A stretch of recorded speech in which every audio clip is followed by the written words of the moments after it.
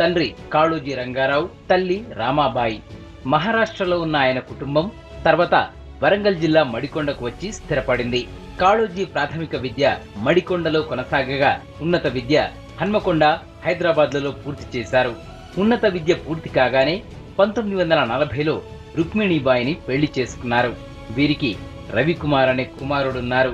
ప్రజలకు ఎవరు అన్యాయం చేసినా ధిక్కార స్వరం వినిపించేవారు కాళోజీ. అప్పుడే ఆర్య సమాజం పురుడు పోసుకుంది. వెట్టి చాకిరికి, బాల్య వివాహాలకు, మద్యపానానికి వ్యతిరేకంగా సభలు, సమావేశాలు నిర్వహించారు.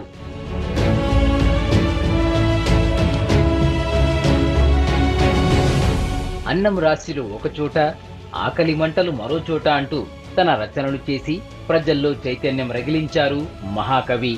అన్యాయాన్ని ఎదిరించినోడు నాకు ఆరాధ్యుడు, అన్యాయాన్ని ఎదిరించినప్పుడు నా గొడవకు ముక్తి ప్రాప్తి అన్నాడు ప్రజా